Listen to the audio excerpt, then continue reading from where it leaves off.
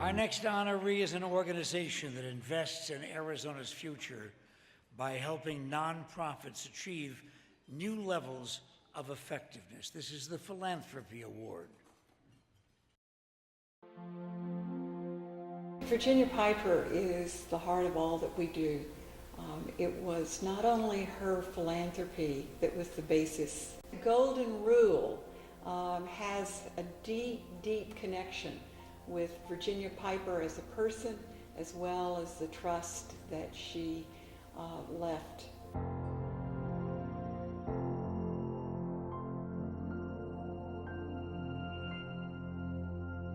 I believe we were one of the very first beneficiaries of money from the foundation after it was organized.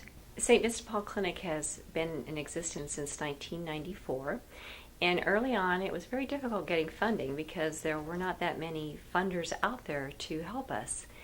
And I was fortunate to, or privileged I should say, to be able to meet with Virginia in her home with her sister many years ago to ask for help for funding this clinic. And Virginia graciously, at that time she pretty much did everything herself. She had her advisors, but she wrote out the checks and she made the decisions, and she helped us financially and said that that would be ongoing in the future. At Virginia's death, we had a lot of assets. It was over $500 million. But we really didn't have any plan in terms of how we were going to benefit the community. One of the first decisions we made was to do a national search for the CEO.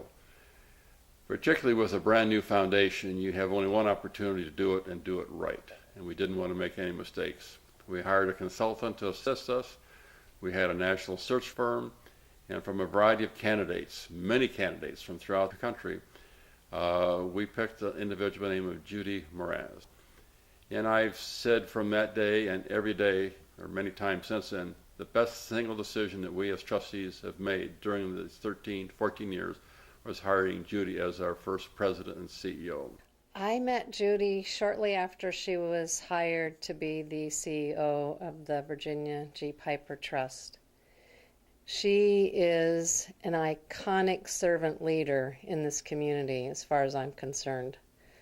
I think she sets the bar high. She's the gold standard of leadership. We're real proud that in addition to being a grant maker, we honor 4 or 5 CEOs or top executives of these nonprofits in the metropolitan area and give them a 30 to 45 day sabbatical. We will pay their salary, we'll give them spending money, and they can then tell us what they think they can do to rejuvenate, to get their spirits back and help serve the community better.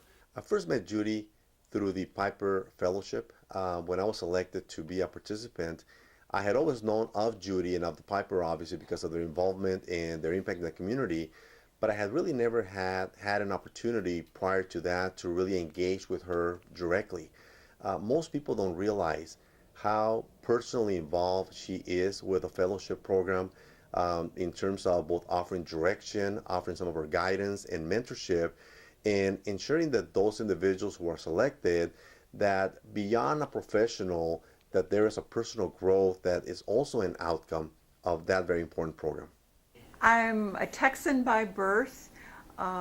Grew up in Waco, Texas, in a family that believed in the Golden Rule.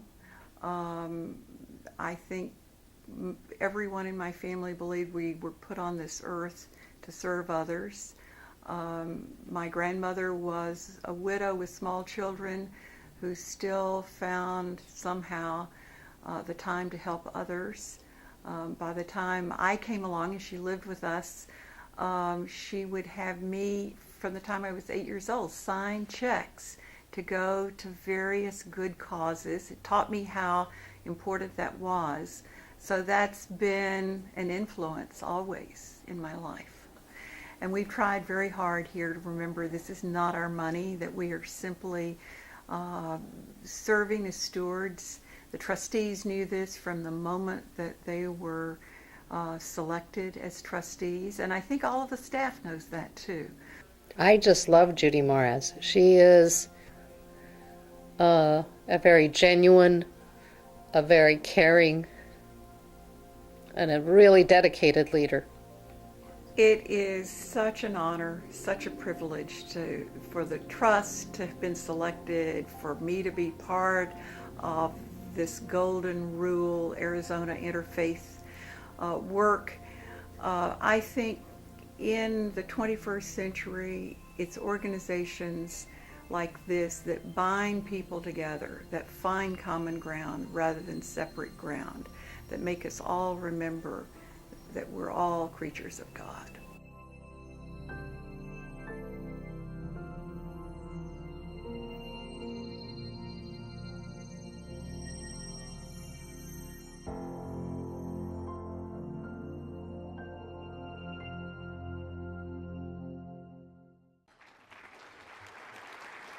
Dr. Judy Jolly Moraz, President and CEO of the Virginia G. Piper Charitable Trust.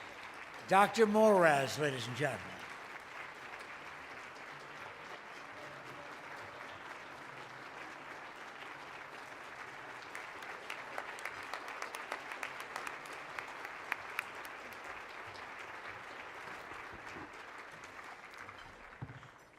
To the Arizona Interfaith Council, I would offer thanks, but this award should not be for me, and it's not.